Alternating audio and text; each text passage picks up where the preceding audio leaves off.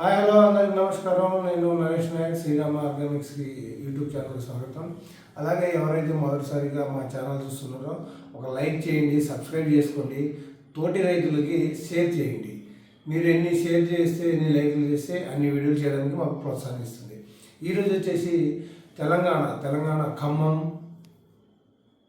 ఖమ్మం, భద్రాద్రి కొత్తగూడెం, మహబూబాబాద్, ఉమ్మడి వరంగల్ జిల్లా, ఉమ్మడి ఖమ్మం జిల్లాలో మెయిన్గా వర్షాలు భారీగా కురుస్తున్నాయి. ఈ ప్రాంతంలో ఎక్కువగా మిరప సాగు చేస్తారు.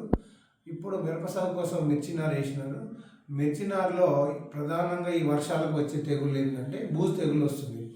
బూజు తెగులకి ఎన్ని రకాల మందులు ఏది పడినా కూడా వర్షాలని కొంచెం త్వరగా ఆగితే బాగుంటుంది. లాంగ్ టర్మ్ ఎక్కువ భారీ వర్షాలు పడ్డప్పుడు కొంచెం బూజు తెగులు ఎన్ని మందులు కొట్టినా కూడా ప్రయోజనం ఉండదు.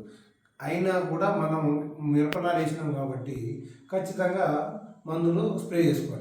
సో ఇప్పుడు మనం ఎటువంటి మందులు అనేది స్ప్రే చేసుకోవాలి, మిరపనారులో ఎటువంటి జాగ్రత్తలు తీసుకోవాలి, ఎటువంటి యాజమాన్య పద్ధతులు పాటించాలనేది మీకు ఈ వీడియో ద్వారా తెలియజేస్తాను.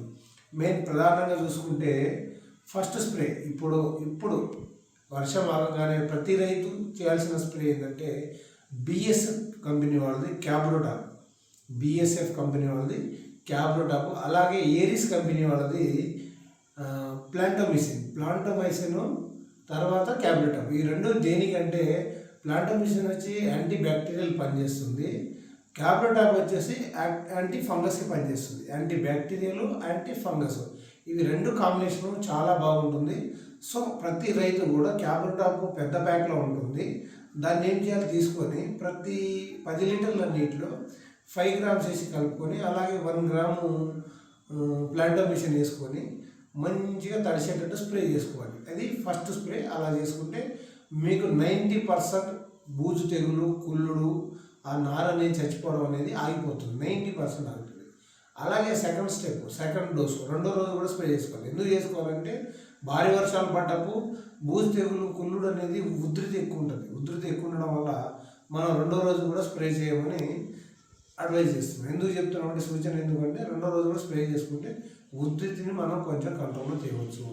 రెండో రోజు బ్లైటెక్స్ కాపర్ టాటా కంపెనీ వాళ్ళది బ్లైటెక్స్ కాపర్ ఉంటుంది.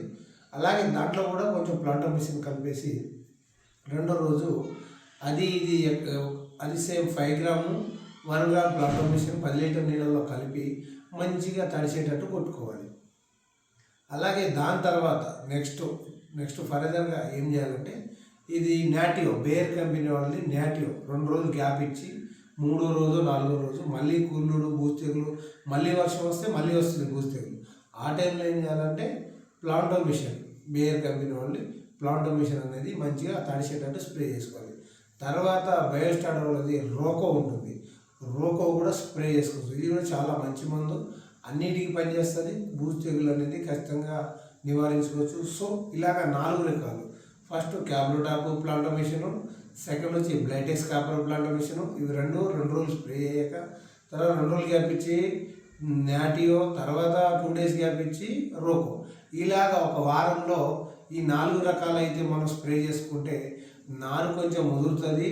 ఆ తర్వాత బూజు తెగులు, కొమ్మకులుడు అనే కుళ్ళు అనేది ఆగిపోతుంది. అలాగే నారుని మనం కాపాడుకోవాలి. ఎందుకంటే రేపటి రోజు నారు లేకపోతే నర్సరీలో కొనడానికి పోతే మొక్క ₹2 అంటే రైతుకి ఆర్థికంగా చాలా ఇబ్బందిగా ఉంటుంది. అలాగే రైతు సోదరులందరూ ఈ 4 రకాలు మంచిగా స్ప్రే చేసుకోండి.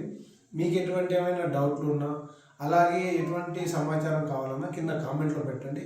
నేను ఖచ్చితంగా వాటి మీద వీడియోలు చేసి మీకు రిప్లై చేస్తాను. అలాగే మరిన్ని వీడియోల కోసం మా ఛానల్ని ఫాలో అవ్వండి. అందరికీ ధన్యవాదాలు.